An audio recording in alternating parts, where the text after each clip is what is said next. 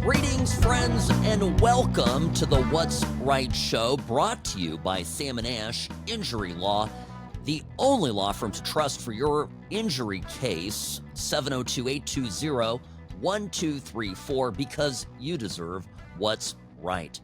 Happy Friday, folks. We made it. The What's Right show is on, and I, your host, Sam Mirejovsky, Nevada's favorite recovering Californian, is here for it. Now, look, if I could sum up this week in one way, I would say this is the week that Republicans turned on each other, predictably.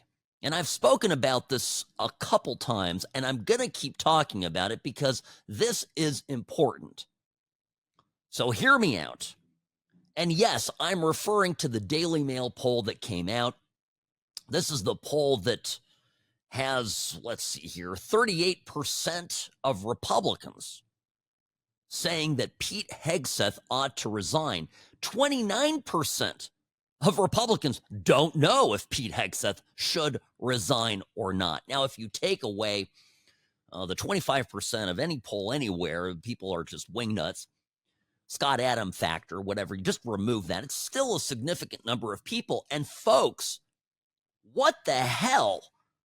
I mean, that's my response to this. Now, let me tell you, high level, what I think. And this is, of course, referring, in case you're just joining us now and haven't been paying attention this week, the Signal Chat app leak.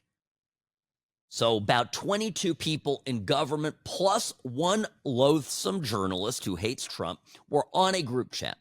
How it happened is not entirely clear.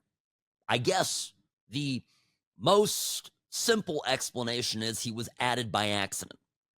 And I think right now that based on Mike Waltz's admissions, it was Waltz that did it, or somebody on his staff.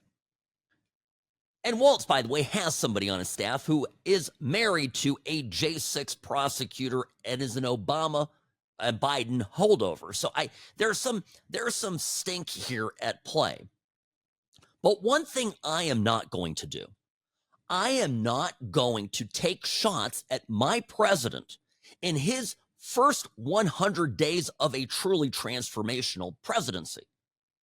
I'm not going to sit here behind this microphone to you, my audience, and sabotage and criticize this administration at this particular time. Because here's stepping away from the kind of the short-term nature of this, what I think is a nothing burger, story, is that this administration is absolutely killing it. Trump is delivering on his promises, or he's trying to, in spite of the fact that every lib judge and every Democrat activist out there, by the way, those two oftentimes overlap, where I think some of these judges are, in fact, nothing more than shills for the Democratic Party.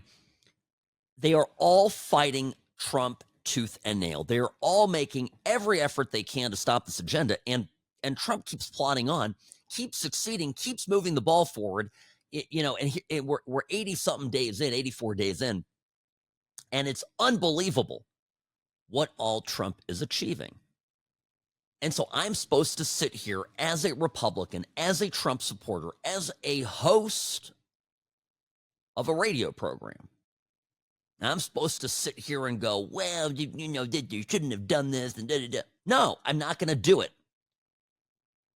I had a friend this morning was on a local TV channel here in Las Vegas on behalf of my firm, Sam & Ash Injury Law, talking about something non-political on the Morning Blend. Loved it. Very nice. I'm in the green room, and I'm talking to a buddy there, and he brings this poll up to me. Sam, half of Republicans think that Hegseth should go, and I just erupted on him. I called it loser think, because that's what this is. You think half of Republicans, look, backing up, half of Democrats argued that Lloyd Austin should resign after the disastrous Afghanistan withdrawal? Where were the prominent Democrat politicians, elected officials, lined up to criticize the failures, the many failures of the Biden administration? Where were the prominent Democrats who came out to say, you know what, Biden is not sharp as a tack. You know what, this guy is absolutely incompetent. I haven't spoken to him in a year. You think there's anybody out there that did that? No. The answer is no. Elected officials, all the media figures, and even rank and file party members, everybody backed the Democrat brand, even though the last 4 years were a total freaking mess. And enter the Republicans. We have this talent. We have the ability to snatch victory from the jaws of defeat. It is just an unbelievable talent of ours. We cannot keep doing this. By the way, I'll even answer the criticism that a lot of folks out there are saying that are protecting Hegseth and then piling a little bit on Walz. Well, Walz shouldn't have been talking to the journalist. That's the real problem. Walz shouldn't have been. And Walz is an inside guy, and Walz is a Cheney acolyte, and Walz is this. Listen, Trump put him in the position. For me, it is black and white. He's in the job. The administration is in its first 100 days. We're striking the Houthis. We're working on peace in Ukraine. We're dealing with world trade. We're trying to put China in a corner. Iran's flaring up. We got the Middle East and working out a deal in Gaza. Finally supporting Israel. The big news of the week, by the way, ought to have been that Netanyahu sat down for an interview and basically laid it out how Joe Biden threatened to cut off all aid to Israel. Not just the big bunker buster bombs, but like small arms and bullets and everything that Israel relies on to receive from the United States. By the way, some of it paid by Israel itself. Right now, this is not just free stuff that Israel gets, but pays for, actually obtains order-wise from the U.S. This is all coming out. This was a big story, I think, far bigger than the Signal chat. But nobody's talking about that. And Trump is trying to deal with all of this stuff across the globe and rescue our economy and go through, using DOGE, the mess of a government that both Republicans and Democrats in successive administrations have done nothing to fix. Even though the problem has existed and has been identified by rank and file employees. The interview, by the way, the interview that the DOGE team did last night with Bret Baier, this is an absolute must watch. And by the way, I'm going to take you through it here because I've got the clips. I've got literally every single good part of this interview, which is most of it. I have, and I'll walk you through it because I think it's that critical, that important. So there it is. I'm not getting into these criticisms, and I cannot believe these Republicans out there calling for Pete Hegseth to resign. You understand how lucky we are to have him. He's incredible. And one of the things, and if I said this before, I'm going to say it again. One of the things that is most surprising to me, actually, when I read when I sat down and I read the chat that was revealed by Jeffrey Goldberg from The Atlantic, is how thoughtful the conversation was between these members of the cabinet and high-ranking Trump officials. The things that were being written by Hegseth, by J.D. Vance, this is the exact type of dialogue I want our government to be having internally. I'm reading it, and this is what just boggles my mind. Republicans, if you think that Hegseth ought to resign, sit down and read the texts. Read them. This is what we want from our military. We're going to rebuild our military. Hegseth is doing that actively. He and Trump and the vice president are making the military great again. and we're engaging our military only where it is, thoughtfully determined to be appropriate. It is a 180-degree, you know, course correction from where we were under Biden administration. And your answer is like, oh, Pete Hegseth ought to resign. And I know it's not you folks. I know it's not anyone in this audience. I don't know where these Republicans came from. And I don't know what this poll, maybe this poll is just a fluke. But I have talked to a few friends that come out with this. And I had that issue with Alan on Tuesday. Alan starts, Sam, well, the great Alan Stock. I love Alan, dear friend, and a mentor, and just adore him. And he just starts, well, this is just terrible, whatever. And you heard my response. I said, Alan, I love you, but I disagree with you completely. But the beautiful thing is, of course, Alan, heard me out and then said, you know what? That makes sense. I hope it makes sense to you is my point. Now, if we're going to talk about the successes of this administration, if we're going to talk about the progress that we have made, less than 100 days in, we got to talk about DOGE. And, this is another thing that how many people out there are complaining about Elon Musk? How many people are out there literally engaged in domestic terrorism in an effort to get Musk to stop doing what he's doing? The answer is a lot. And to me, it just means that Musk is exactly over the target. And sitting down, Musk, with some of his top members of his DOGE team, sitting down with Brett Baer and doing this interview, this panel interview, I think is very, very good. I got to take a break. I'll explain and take you through portions of this here this hour, because I think this is precisely what the administration ought to do in order to counter the Democrat narrative, which is that you've got some out of control whack billionaire who is basically taking over the government for his own personal ends and means. Sam Mirejovsky, News Talk 840 KXNT. The What's Right show is brought to you by Sam & Ash Injury Law. In a crash, call Sam & Ash 702-820-1234 because you deserve what's right. I'm the best. Personal injury law has been the same for a long time. The best. Big egos, greed, and sleazy schemes. We've had enough. Welcome to Sam & Ash, the new standard for personal injury law, where things are done the right way, because you deserve a team that delivers real support and results. When you have both, your whole world can change. Sam & Ash Injury Law, because you deserve what's right. Hi, welcome back. Sam Mirejovsky here behind the What's Right microphone. Happy Friday, folks. The program is on like Donkey Kong.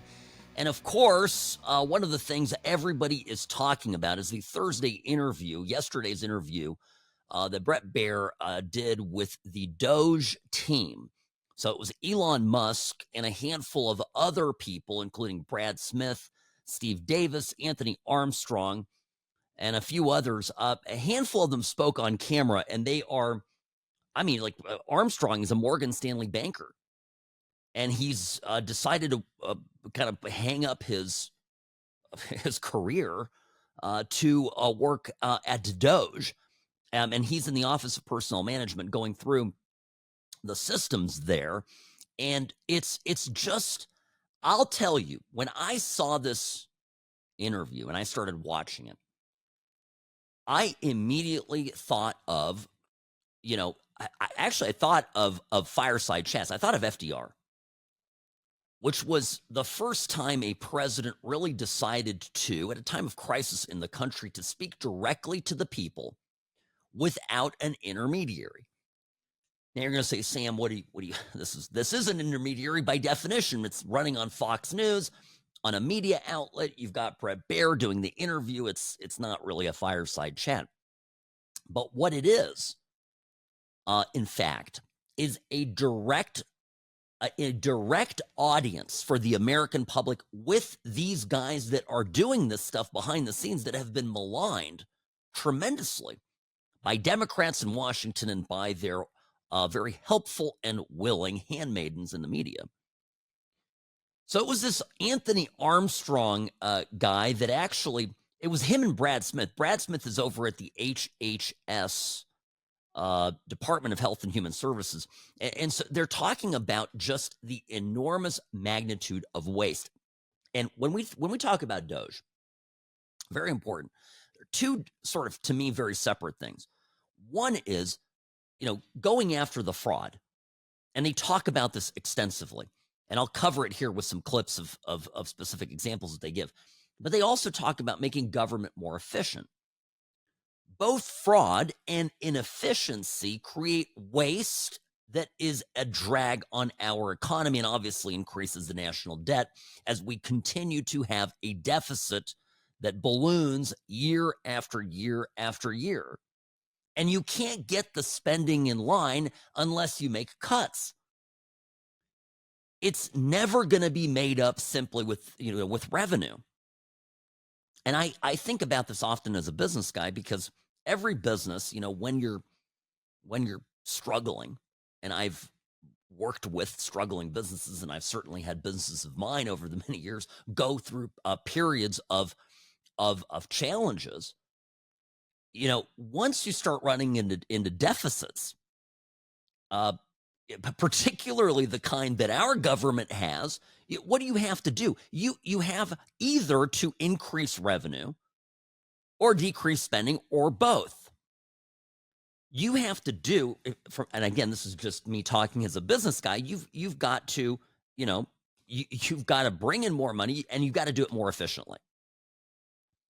I always think it's a double-sided problem. You can't just make up a deficit in a business or even in your home, in your household finances, simply by just making more money.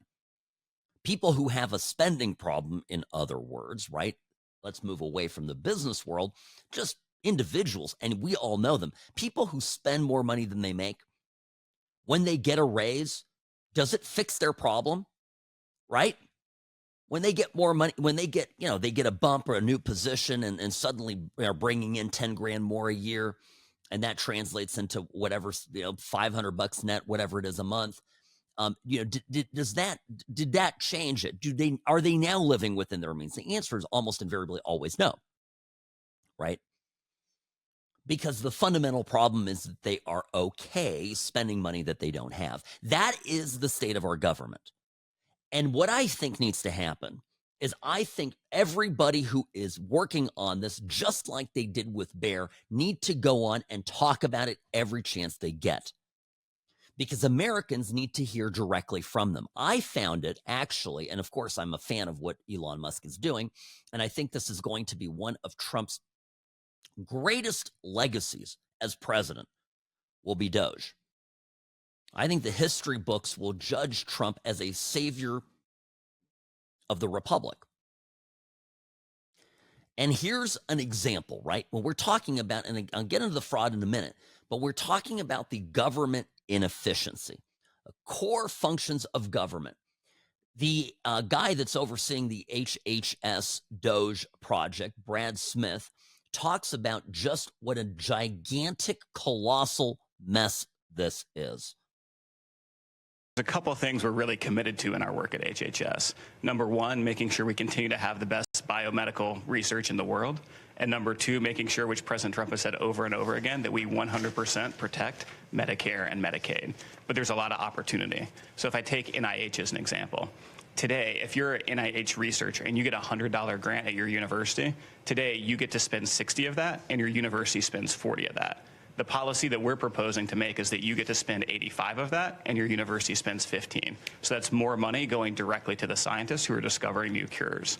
Another example at NIH is today they have 27 different centers. They got created over time by Congress, and they're typically by disease state or body system. There's 700 different IT systems today at NIH. 700 different IT systems. IT software systems. They can't speak to each other. And so they don't talk to one another. They have 27 different CIOs. And so when you think about making great medical discoveries, you have to connect the data. Time out. You said 27 different chief information officers? Correct. And most of them are non-technical. So there's a lot there. There's a lot of opportunity. It will make science better, not worse. Yeah, I mean, again, the answer to every person out there that goes, oh, they're cutting the HHS, money for, I guess we're not going to cure cancer now, are we? Big bad Trump. The answer is we ain't curing nothing with this current system. These computer systems are dog crap.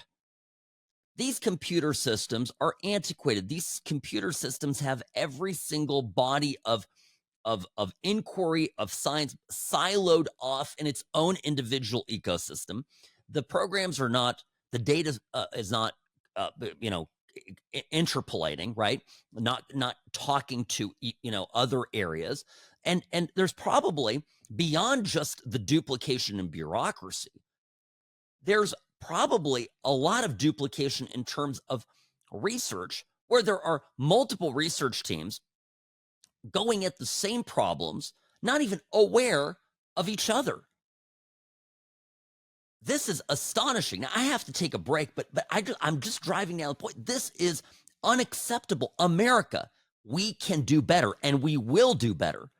But if the Democrats had their way, none of this would change.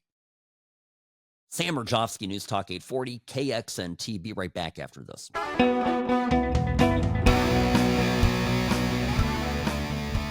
Greetings and welcome to the What's Right Show, your place for common sense conservatism, Monday through Friday, 1 to 3 p.m. here on News Talk 840 KXNT. Friends, it's good to be here. It's also nice that it's Friday. I will need to give my voice a rest this weekend. I think particularly because I'm so incensed this week by all of these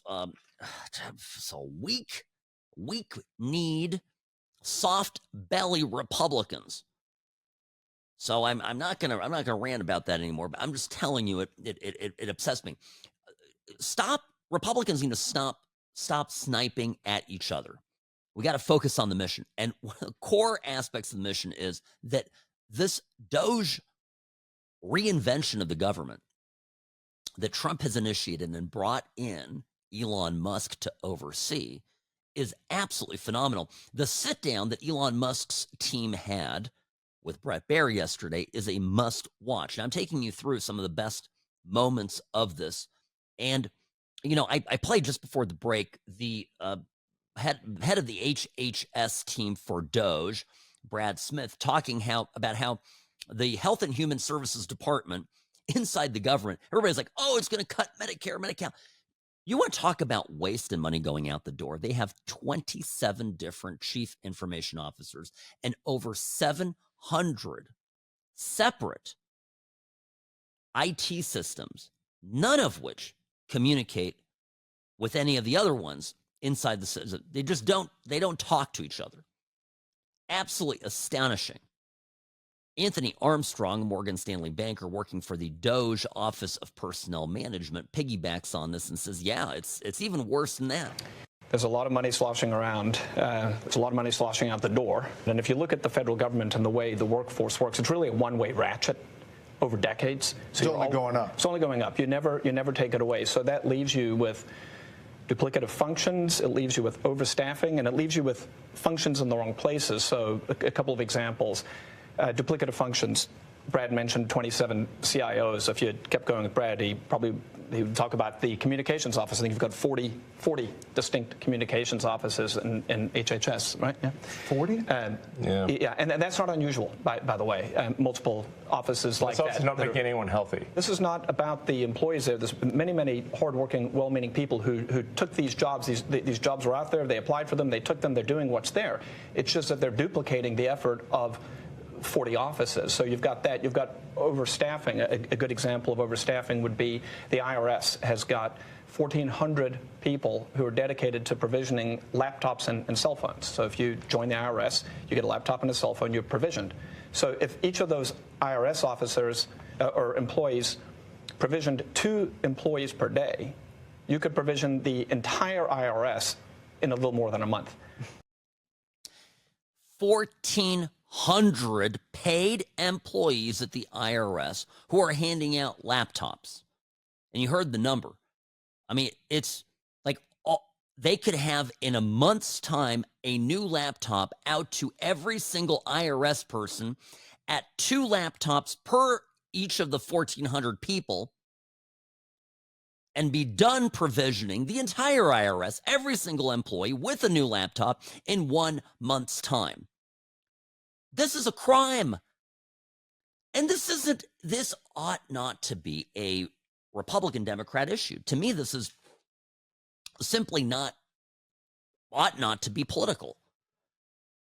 I think the fact that it got to this point, you can't even blame Biden for this, man. Can you? I mean, did it get this bad just in 4 years? The answer is no, right? And I know, I think some of you are a little concerned. Did Sam just defend Joe Biden? My simple point is that this problem was created by Republicans and Democrats alike. This problem could have been addressed even by Trump in 2017 when he came to office. It wasn't. It's being done now because Trump 2.0 is a badass. Trump 2.0 is the administration that we have been waiting for our entire lives. This didn't happen under Obama. It didn't happen under Bush 1 or 2. It didn't happen under Reagan. So we can quit all of the, oh, Reagan was the best president, da-da-da. What did I tell you very soon after Trump was elected, second time here in 2024? I went after this. A lot of Republicans just, whoa. I remember when Trump was president the first time, you hear a lot about it. He's not the kind of, he's not Reagan, okay? Well, in this case, good, because he's doing things the Gipper didn't. And I love Reagan, but just pointing this out, this is transformational. How many credit cards, by the way, do you think that the government ought to have at any given time? What do you think the answer is there? What's acceptable? Should every employee in the U.S. government have a credit card? There are, mind you, approximately 2.1, 2.2 million federal employees. Some say as high as 2.3, 2.4. That's the number DOGE is using. It's been dropping, okay? But let's say the snapshot is about 2.4 million employees at the time DOGE started. What do you think is an appropriate number of credit cards for 2.3, 2.4 million people? Well, here is Steve Davis with a somewhat shocking answer to that question. There are in the federal government around 4.6 million credit cards. What? For around 2.3 to 2.4 million employees. What? This doesn't make sense. Right. And so one of the things all of the teams have worked on is we've worked with the agencies and said, do you need all of these credit cards? Are they being used? Can you tell us physically where they are? I hope they're getting frequent flyers. Actually, on a different note, the rewards program the federal government has is actually not very good. That's of course it is. It's a negotiation. Sure, yeah, exactly. But so far the teams have worked together and they've reduced it from 4.6 million to 4.3 million. So we're taking it easy. Yeah. But clearly there should not be, more. There should not be more credit cards than there are people. Yeah, no crap. That was Elon Musk saying, there should be more. There's 2.4 million, employees, and there's 4.6 million credit cards. And remember, this government can't pass an audit. This government can't pass an audit. None of this can be determined in any way. If this was a private business, in other words, like the CFO would end up in prison. This is Tom Krause, who is the CEO and CFO of Cloud Software Group, who is working with DOGE at the Treasury Department. And he says exactly this. Until now, and thanks to President Trump, we're fixing this. In fact, there's an executive order that he just signed the other day, which is protecting America's bank account, because it really is the taxpayers' money. One, we're changing the culture. The culture is been not a lot of caring and not a lot of commitment to doing what's right relative to financial operations. There's a $500 billion of fraud every year. There's hundreds of billions of dollars of improper payments, and we can't pass an audit. The consolidated financial report is produced by Treasury, and we cannot pass it on. We have material weaknesses. What that means is that if I was a public company CFO, I would effectively be removed. I couldn't file financial statements. I couldn't issue securities, Never which of course pass we an depend audit? on. Can't pass an audit. Right. The federal government cannot pass an audit. It's Yeah. impossible. In fact, in order to pass an audit, you need the information necessary to pass an audit. You need to have the payment codes, you need to have the payment explanation, and you need to have a person you can contact to understand why that payment was made. None of those things were mandatory until just recently, just a few weeks ago. In fact, maybe last week? Yeah, we're serving 580 plus agencies. And up until very recently, effectively they could say make the payment and Treasury just sent it out as fast as possible. No verification. It's astonishing. Again, anybody who is opposed to this, in other words, anyone who thinks that it's a good idea to have 4.6 million credit cards for 2.3 million federal employees, and who also thinks that any payment and every payment leaving the Treasury shouldn't be marked carefully, methodically with, the purpose, the destination, tagged to an invoice, an audit trail, in other words, have it be auditable, I think is part of the problem, and I think may very well be complicit in this widespread fraud that is the federal government. This is why people living high off the government hog in Washington, D.C. are all fighting tooth and nail to stop Trump from doing this. He's goring their ox, in other words. Absolutely unbelievable. Let's take a quick break. Sam Mirejovsky, News Talk 840, KXNT. The What's Right show is brought to you by Sam & Ash Injury Law, because you deserve what's right.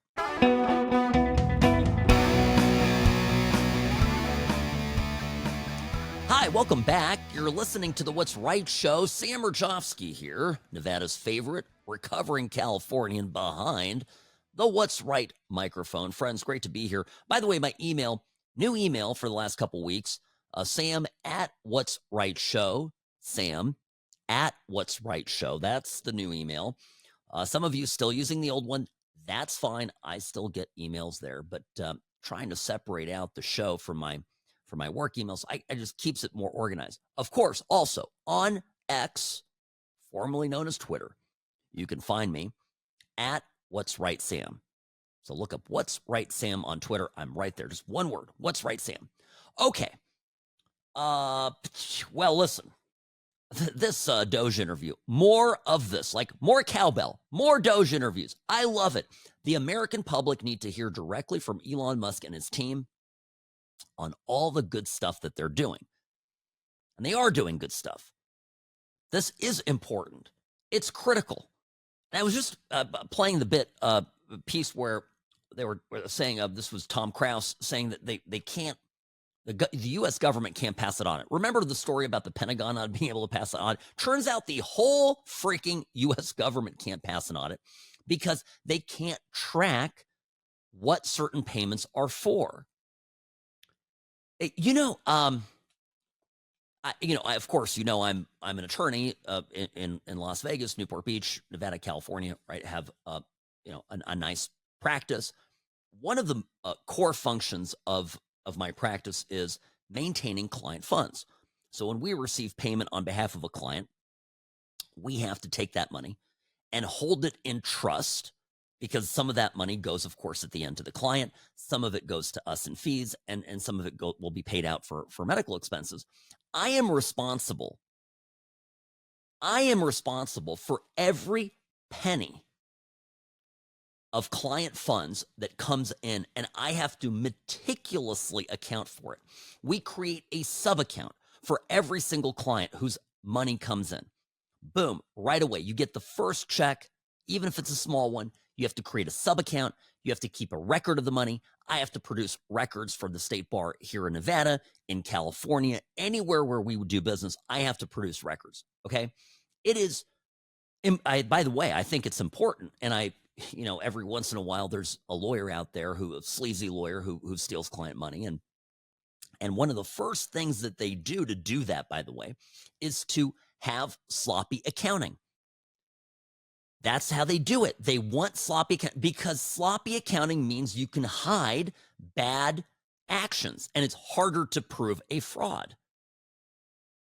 Tom Girardi, a very famous and unfortunately unscrupulous personal injury lawyer in California who was on a reality TV show because his, second wife, third wife, whatever, she was much younger woman, was some sort of glam person on a Real Housewives show, right?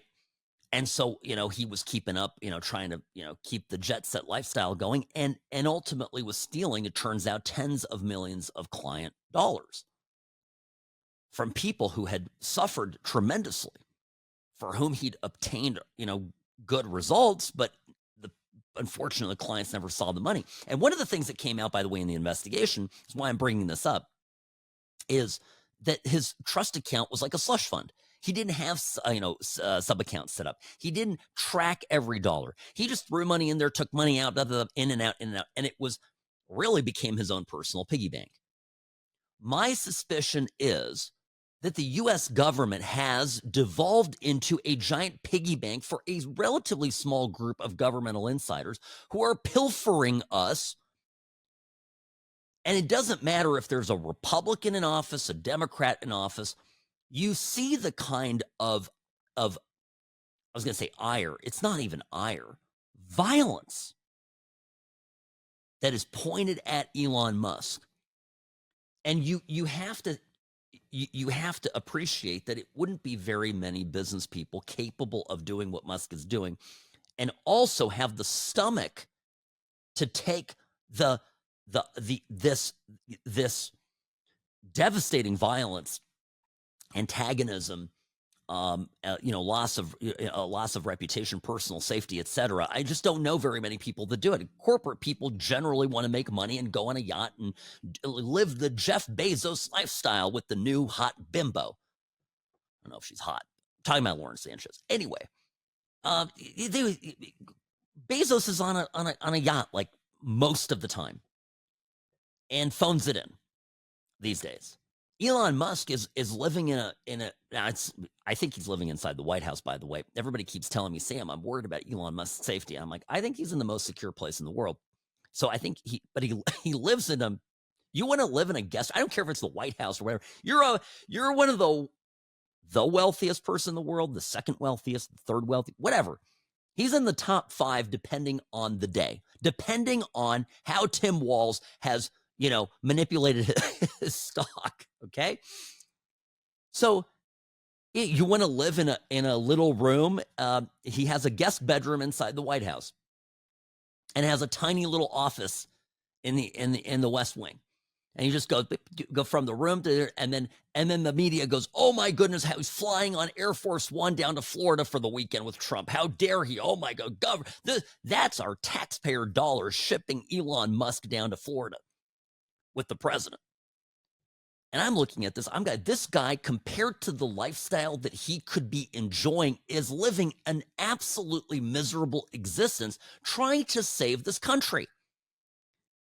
And the only waste the Democrats and their loser helpers in the media are concerned with is the fact that Air Force One has 2 extra people on board on the way down to Florida for the weekend.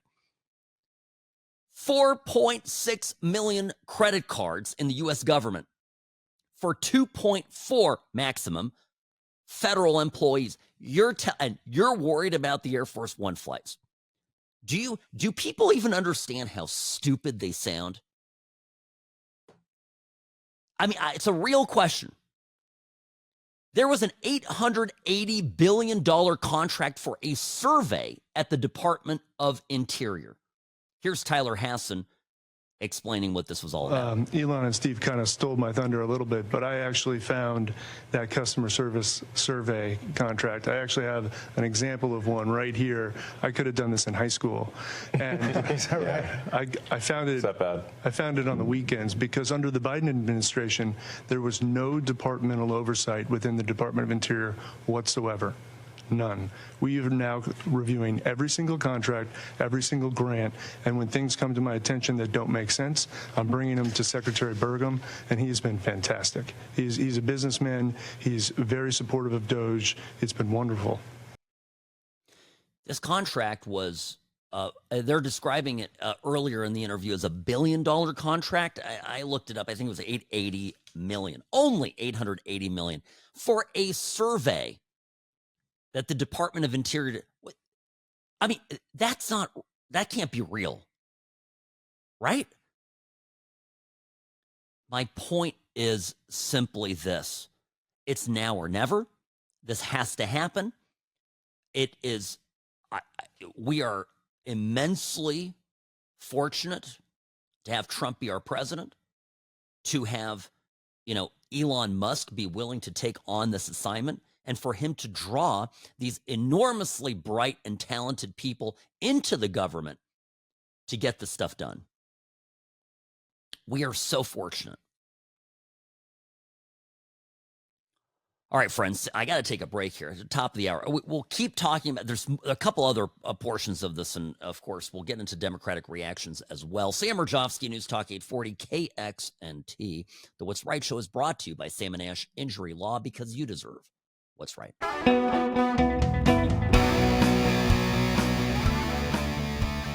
Greetings, friends, and welcome. The What's Right Show is on, your place for, well, common sense. I say that all the time because common sense is what's missing today in this world. So this is what we're going to do here. It's Friday. I know I normally like to calm things down on Friday. I have so much to go over. And I there's still more of this DOGE interview that is a must listen. So we'll go through that. I just have to tell you, grateful, folks, to each and every one of you for being out there and for sending me such encouraging notes. Every day I get your emails, I get your thoughts. I'm humbled, and I want to take this opportunity to tell you how deeply I appreciate you. And it really is, for me, this show is a labor of love. I know for producer Robbie, he loves this and has been with me doing this side by side for a long time. So I know we both want you all to know that we know you're out there. We love having this time with you Monday through Friday. To sit down for a couple hours and go over stuff that's happening and check in, because we've accomplished a lot. And this really is where I want to go this hour. I want to focus on everything that has happened in the last 85 days.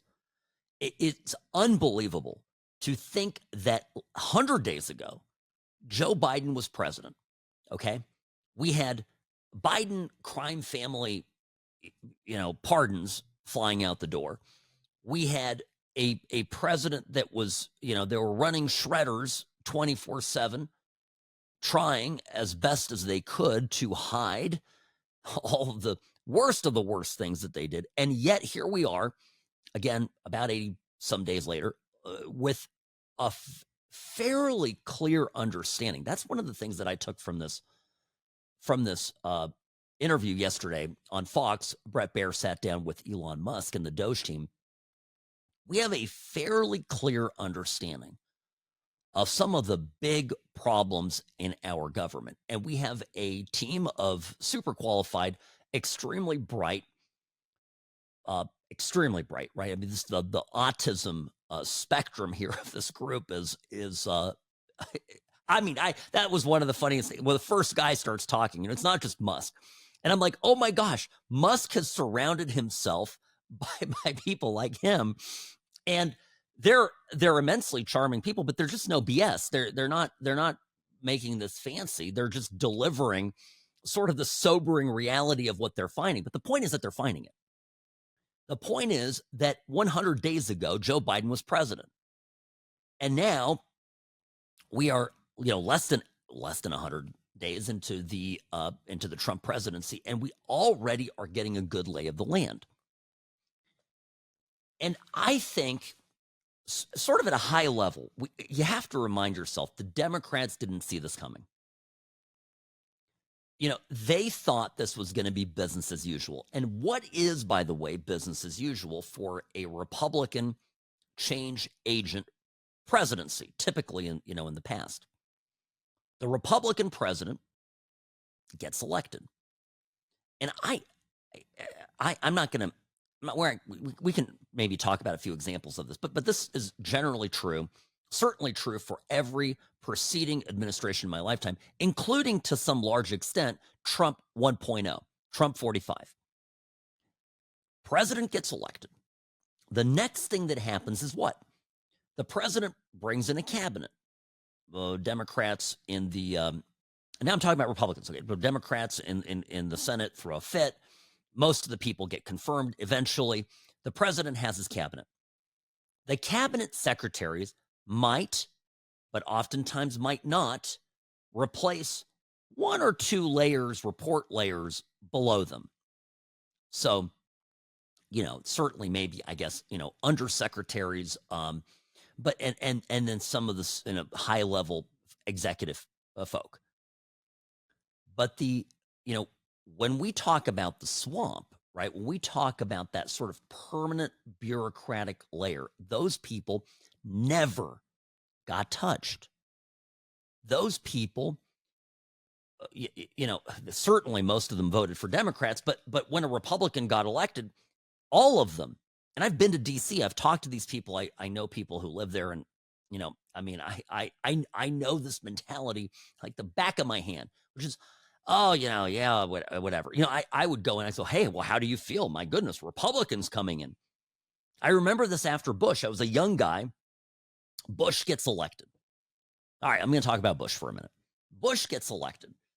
And, I spent my teen years as a Republican activist in my high school, in my county, Young Republicans and all that jazz, right? Went to DC.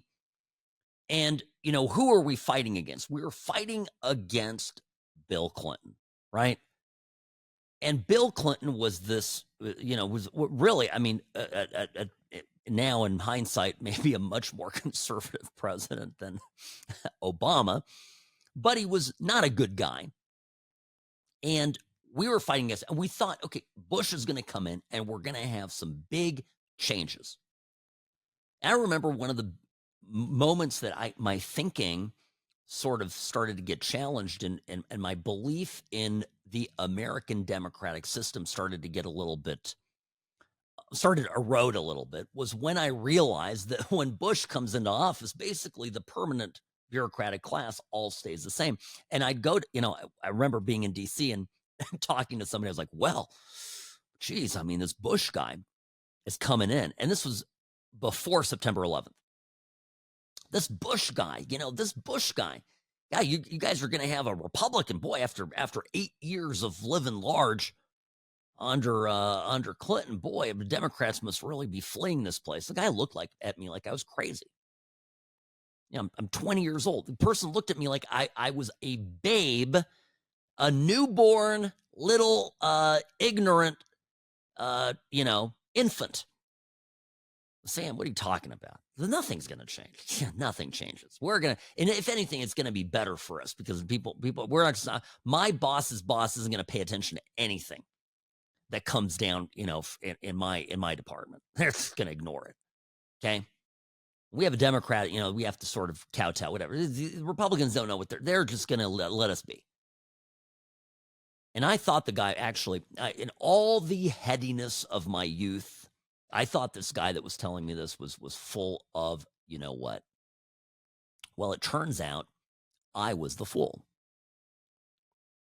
And, I think a lot of us, sort of maybe were the way I was and are realizing now that this isn't the case. And the greatest legacy, Trump is going to fix it. I just feel I'm very confident that people like Elon Musk and the people that he's surrounding himself with, these are not slouches. These are not children. These are experienced business professionals. These are people who are adults. These are not 17-year-old kids like we first saw the first reports. Oh my gosh, they've got like a 19-year-old there who doesn't even have his learner's permit.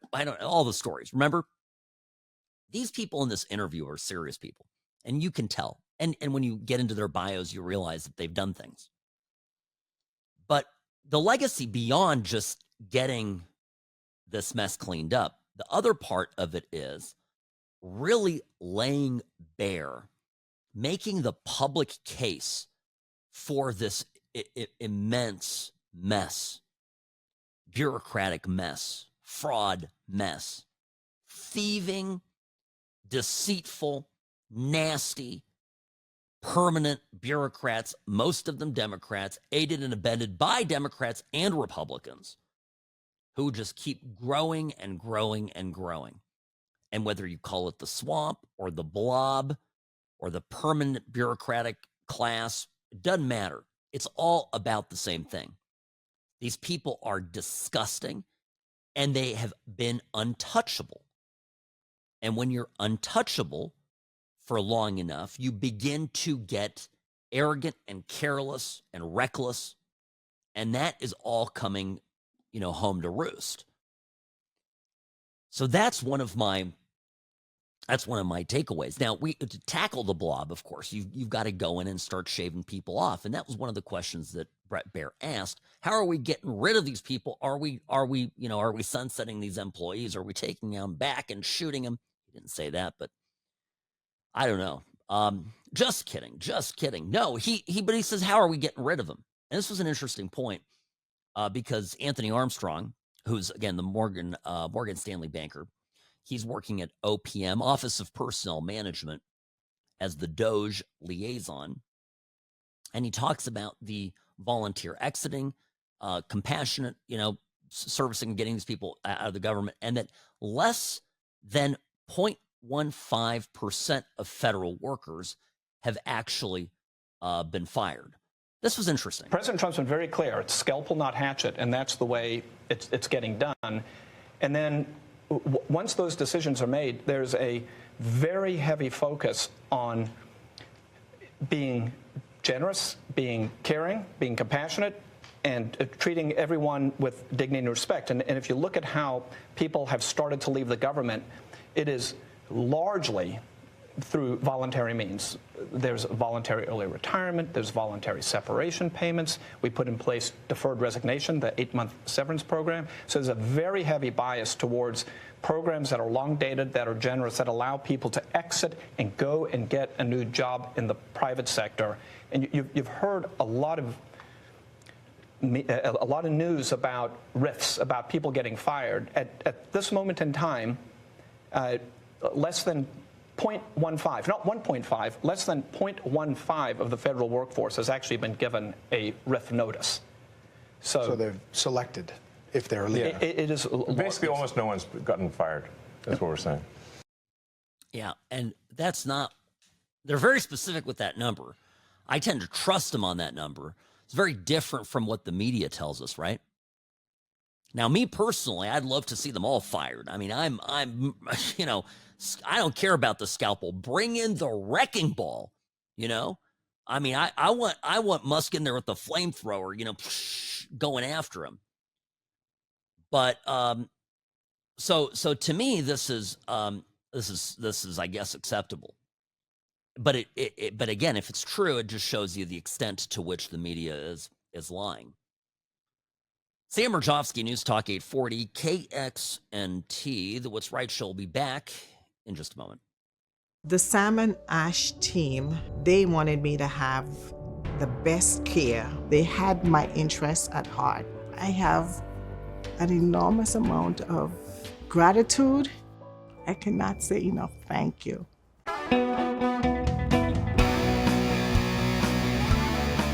Hello, Yes, welcome. Sam Mirejovsky here, News Talk 840 KXNT. Sam at what'srightshow.com is my email. And of course, at What's Right Sam on X, on Twitter. I got to put up, Robbie and I hung out yesterday here in town. I'm gonna put up a picture a little bit later here after the show on my Twitter account.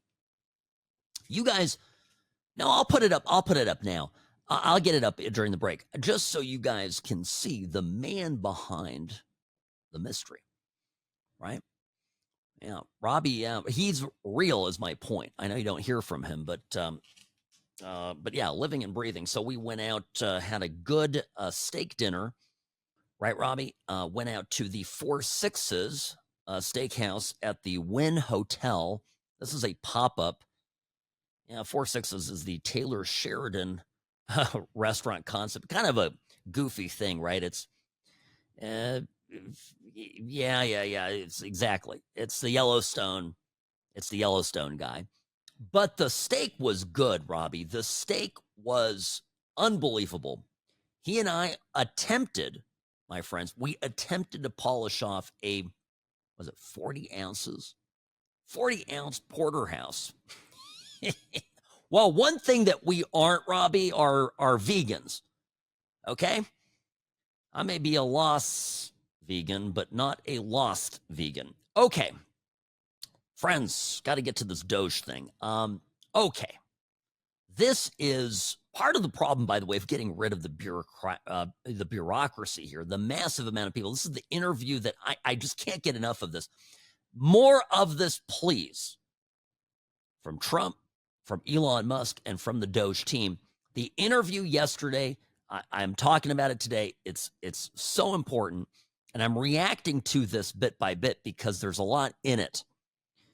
And that is, you look at the question about getting rid of people. Remember the mine?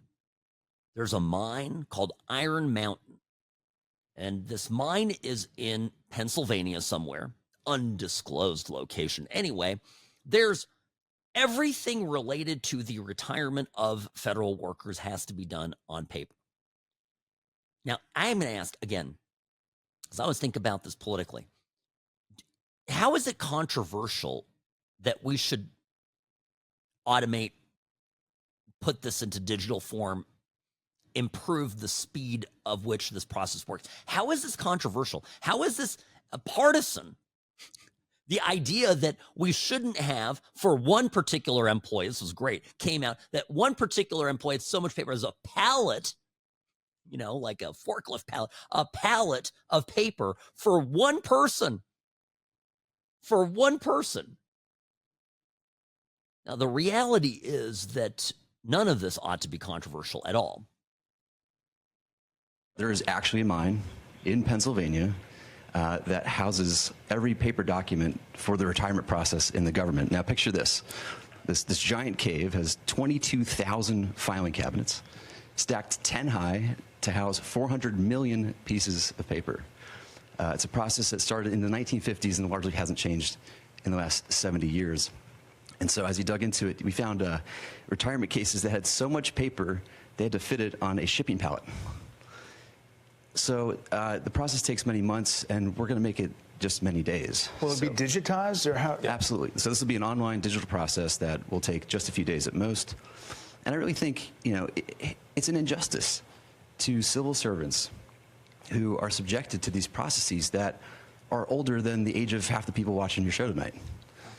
So we really believe that the government can have an Apple Store-like experience, beautifully designed, great user experience, modern systems. Because right now, it's by hand. Yes. The retirement process is all by paper, literally with people carrying paper in manila envelopes into this gigantic mine. So they can't retire more than a certain number every month? Yes. About 8,000 a month. That's how the reason we discovered it was we were saying, like, well, let's encourage voluntary retirement. They said, well, the most they could do is 8,000 a month. And even under normal circumstances, it can take 6 to 9 months just to have your retirement paperwork processed. And they often get the calculations wrong. So we're like, well, why would it take so long to retire? And they're like, well, because of the mine. And they're like, what do you mean a mine? What's a mine got to do with retiring? And that's where we discovered that all the retirement stuff is still done by paper in a process that looks identical to what occurred in the 1950s. It's unbelievable. By the way, the first person speaking was a guy named Joe Gebbia, who's the co-founder or founder of Airbnb. So he's a tech guy, and he's looking at this going, what the hell? Like, what's going on here? This is wild stuff. So one of the problems that DOGE is running into when it comes to getting rid of folks, even if the people want to leave, they would, the system is almost designed, you'd think maybe on purpose, to make it difficult for people to be sunsetted out of the government, even for people to retire, keeping people on the payroll, etc. It's really astonishing. Now, the fraud, and we're going to get to this here after the break here, bottom of the hour, because the fraud is really astonishing. Anybody that tells you, this is at a high level, anybody that tells you that Elon Musk is going to take, your Social Security doesn't realize that your Social Security, your mom's Social Security, your grandma's Social Security, hell, your kids' Social Security, future Social Security, is being pilfered by fraud artists as we speak. So the problem with Social Security, the threat to it is insolvency. And that comes from, of course, government inefficiency and the fact that we're spending more money than we're bringing in. The other threat to it, that causes insolvency is the fact that, there are lots and lots and lots of people who are just stealing money from this. And they're getting away with it because there's no way to trace the funds. And that, my friends, needs to stop. Sam Mirejovsky, News Talk 840, KXNT. The What's Right show is brought to you by Sam & Ash Injury Law. In a crash, call Sam & Ash 702-820-1234 because you deserve what's right.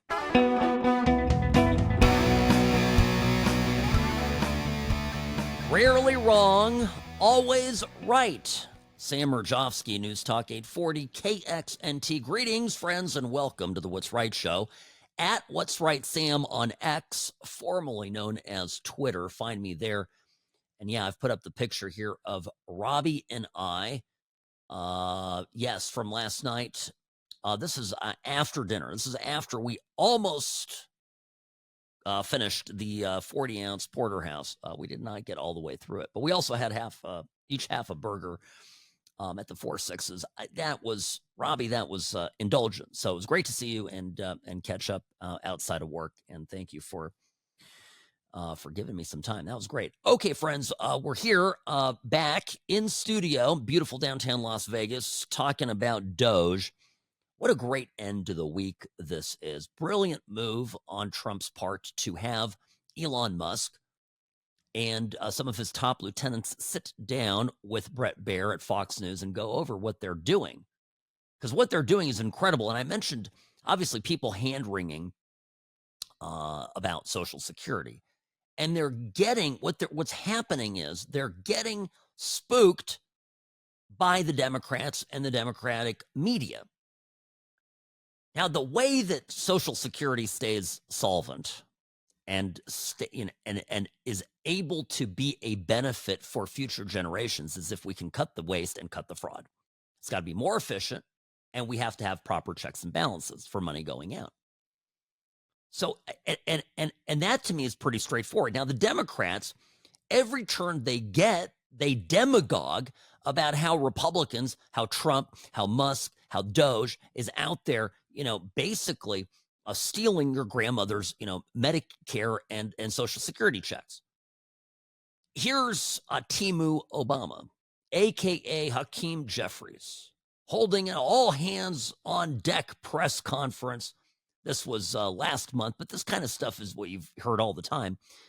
This is their standard reaction to DOGE. They are raiding the government, attempting to steal taxpayer money. That's what the situation at the Treasury Department is all about. We will introduce the Stop the Steal Act in short order to prevent unlawful access with respect to the Department of Treasury's payment system connected to people who are trying to steal personal, sensitive, and confidential information. Yeah, I'm sure that's what's happening. Can I tell you what's actually happening when it comes to the benefits that matter most to Americans across this country? It's the fraud. That 40% of phone calls to Social Security are from fraudsters. This is why DOGE wants to verify people's information. This is why they need access to the system. There is fraud. Everybody knows there's fraud. Trust me, there's fraud. I deal with it as an attorney all the time. People call here asking for help with this. It happens. It happens a lot. Again, this is Aram Mogadashi, a software engineer with DOGE, working on the Social Security project. Listen to what he has to say. At Social Security, one of the first things we learned is that they get phone calls every day of people trying to change direct deposit information. So when you want to change your bank account, you can call Social Security. We learned 40% of the phone calls that they get are from fraudsters. 40%? That's right. Almost half. Yes, and they steal people's Social Security is what happens. Is they call in, they say, they claim to be a retiree, then they convince the Social Security person on the phone to change where the money's flowing. It actually goes to some fraudster. This is happening all day, every day. And then somebody doesn't receive their Social Security. It's because of all the fraud loopholes in the Social Security system. How do you reassure people that what you all are doing is not going to affect their benefits? No, in fact, what we're doing will help their benefits. Legitimate people, as a result of the work of DOGE, will receive more Social Security, not less. That's exactly right. Now, why is that? Well, simple. You got to cut the fraud. You got to cut the waste. Money's not infinite. Like, I don't know. I think there's some strange idea that and the government can print money, of course, but when they print money, the value of the dollar goes down. The value of your savings depletes. Your paycheck becomes smaller. The goods you can buy become fewer.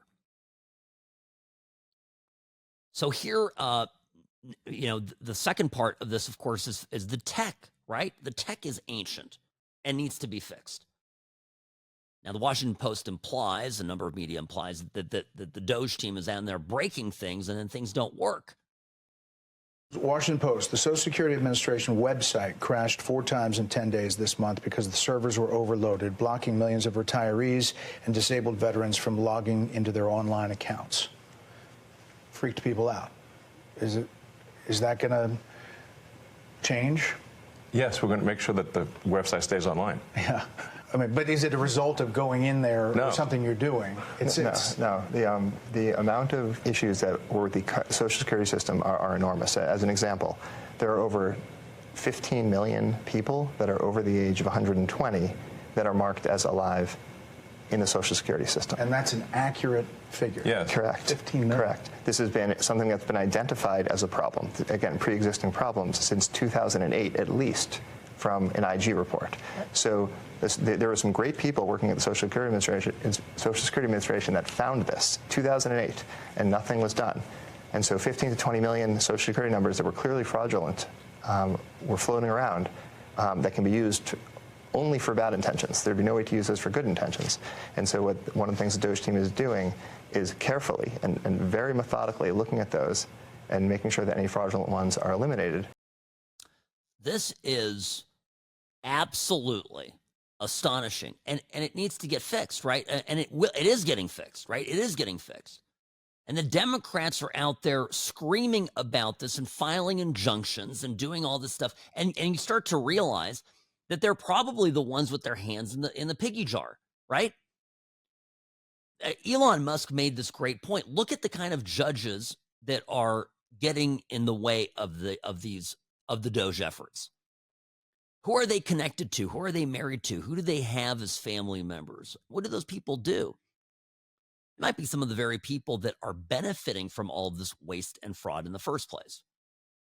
Are you surprised at some of the legal efforts and some of the judges that have weighed in? There's about 8 or 10 now of these cases that are at least temporary holds. They're being challenged by the DOJ. Right. Are you surprised by that pushback? Well, it's the D.C. Circuit is notorious for having a very far-left bias. And when you look at the people close to some of these judges, where are they working? Oh, they're working at these NGOs. Oh, they're the ones getting this money. Does that seem like a system that lacks corruption? It sounds like corruption to me. It is corruption. And by the way, I'm convinced of it, right? You look at like Judge Boasberg. I mean, his wife is on all sorts of boards, has all sorts of connections. There's money. Some of this waste in the government is flowing right into that household, right into their family budget. And we're supposed to pretend like that's not a problem. In fact, the conflicts, I mean, these judges in D.C. shouldn't have been hearing some of these cases. They're so deeply conflicted, legally, ethically conflicted from ruling on any of this. Now, I'll tell you, and this is why, I love that Musk says this, the complaints from the Democrats are never specific, right? They always, they don't say, they'll never admit, oh, well, we want to save that $880 billion survey in the Department of Interior. They never stake their claim that way. They just have like Hakeem Jeffries, just, oh, they're stealing. This is a constitutional crisis. Oh, my goodness. Musk is right when he says this. Usually when they attack DOGE, they never attack any of the specifics. So they'll say what we're doing is somehow unconstitutional or illegal or whatever. We're like, well, which line of the cost savings do you disagree with? And they can't point to any. And we list them all on doge.gov and the Doge handle on X. Yeah. So just point to it. You're at work, getting a little coffee at the break room. Your Democrat coworker comes and goes, you know what, that Elon Musk guy, I really don't like what Doge is. What do you not like about it? What should we have? Well, let's go to the website. Go to doge.gov. Have a look. See what they're cutting. Tell me which one of these contracts we ought to keep. Doesn't make sense, right? None of it makes sense. And you won't get them to defend any of this. Because, of course, this ought to be a bipartisan issue. But the reason that it isn't is because the party that has the biggest hand in the cookie jar, the people that benefit from this graft the most, are the Democrats. They have staked, they have attached themselves, their party, their movement, their entire political machine. The lifeblood for that machine comes from the largesse of the federal government, and it's just a giant, enormous money laundering operation, and they are freaking out that it's coming to an end. Sam Mirejovsky, News Talk 840. Be right back. Don't go anywhere, folks. More when we return.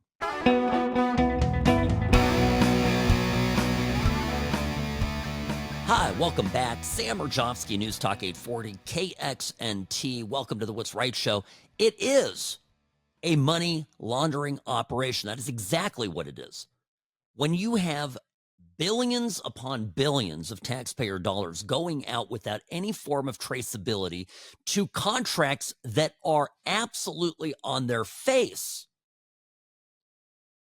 not legit. And they end up in the hands of the same powerful political actors in D.C. who see to it that further payments be made in the same fashion year after year, decade after decade. I'm sorry. It's a heist. And they're stealing from us. We are the stupid working people that go out there and earn a living, build businesses, pay our taxes, follow the law, have to do accounting, trace everything.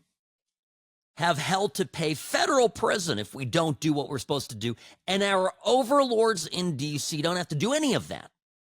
They get to live high on the hog on American taxpayers' funny money flowing from this government without any oversight. And then when a man named Elon Musk, supported by the president, Donald J. Trump, comes along and says, hey, you guys, party's over. Time to go. Let's wrap it. We're cutting the spigot. We're turning it off. It's off. They start to cry bloody murder. This is Ilhan Omar a few weeks ago talking about DOGE being a constitutional crisis. Ilhan Omar. Yes, of course. Great defender of democracy and American values.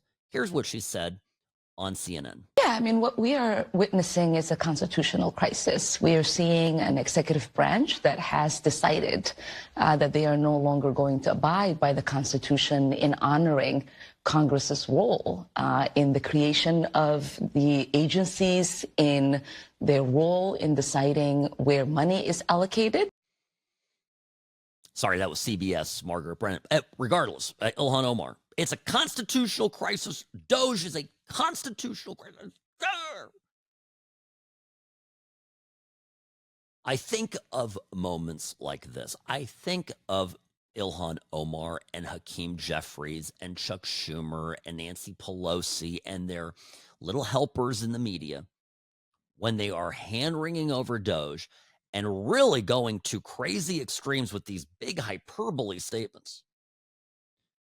I think about Elon Musk and what he said when he was in this interview with Bret Baier about the fraudsters and how they like to protest loudly. Might be the biggest revolution in government since the original revolution. But at the end of the day, America is going to be in much better shape. America will be solvent. The critical programs that people depend upon will work. And it's going to be a fantastic future. But are we going to get a lot of complaints along the way? Absolutely. You know, one of the things I learned at PayPal was, you know who complains the loudest and with the most amount of fake righteous indignation? The fraudsters. It's a tell. There's some of these NGOs that are crazy, like the $2 billion to Stacey Abrams' NGO that basically didn't exist and suddenly gets $2 billion awarded from the federal government. She has, why? And there are many such cases like that. Many cases, right? And I mean, this is still in its infancy, right? 80-something days in. Like, they're going to find more as they get in deeper and deeper and deeper. And I think, still, look, I think that the Department of Justice is finding its bearings. I think that Pam Bondi needs to clean house further. There are people that she still needs to fire, dispose of as promptly as she can. I think there are traitors and obstructors inside the Trump administration. So this is not all going to happen overnight. But when the Department of Justice is running at its optimal level, I want to see indictments. It's not enough that just people be fired, and it's not enough that their cash spigots get turned off. They need to, where they broke the law, be held accountable. If you and I steal money from our employer, if you and I steal money from the federal government, if you and I don't pay our taxes, if you and I do anything wrong, we're held accountable, rightly so. Why are there different rules for the Washington elites? This is certainly what it feels like to me. Even at the stage of just scratching the surface of this, right? Mining the surface. And I mean, I would argue we're deeper than just the surface, but the stuff that's just coming out now is insane. Remember that agency? That mediation agency that has a fancy office on K Street. They have like 80 or maybe 100 employees. Huge budget. Everybody's in big offices with private bathrooms.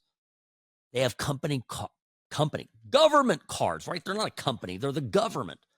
And they've got credit cards. They're billing their cars, their car payments. their personal goods, their groceries on these cards. Every single person that did that needs to be prosecuted. Every person who did that needs to be held accountable. Money needs to be frozen and clawed back in the form of forced, sales of property, of homes, of cars. This is Bernie Madoff, right? What happened when Bernie Madoff sat his sons down and goes, it's a Ponzi scheme? His boys went to the FBI, filed a report. Agent showed up, said, hey, Mr. Madoff, is this true? Madoff's like, yeah, it is. But even, just basically within hours, the Southern District of New York prosecutors were able to freeze his assets and begin the process of recovering, or at least securing, Madoff assets in order to eventually be able to pay back some of investor losses. Let's get this moving, right? And I know, again, I'm not here sniping at Pam Bondi. I think she's got an uphill battle cleaning up and completely fixing an agency that's been rotted to its core by these odious Biden holdovers that are in there, obstructing it at every turn. The Department of Justice, the FBI, the worst of the government. I mean, there's just no question about it. So Kash Patel, Pam Bondi, do not envy them at all. Not one little tiny bit. But once they get it all cleaned up, they got to go after these people. They got to go after them. Because any future folks in the government, when Trump leaves office, when Elon Musk goes back to building rockets, future generations that go in the government need to know that if they pull something like this, there absolutely need to be consequences as an example to future people doing anything like this ever again. That's just absolutely what I believe. All right, friends, let's have a good weekend. Let's try to get away from this a little bit, okay? And remember, it's looking good out there. And if somebody comes at you going, oh, Pete Hegseth, oh my goodness, oh, Mike Waltz, they should be fired, they should quit, tell them to buzz off. Hey, you know what? We Republicans will listen to you Democrats tell us what we ought to do when you decide to be honest the next time your guy's in power and does stupid stuff. Yeah. Where were you during Afghanistan? Where were you during Ukraine? Where were you during Gaza? All that stuff was, there's no, they have no shame. See you tomorrow. Well, no, Monday. I'll be back Monday. Don't worry, Monday. I'll be here. Sam Mirejovsky, News Talk 840 KX.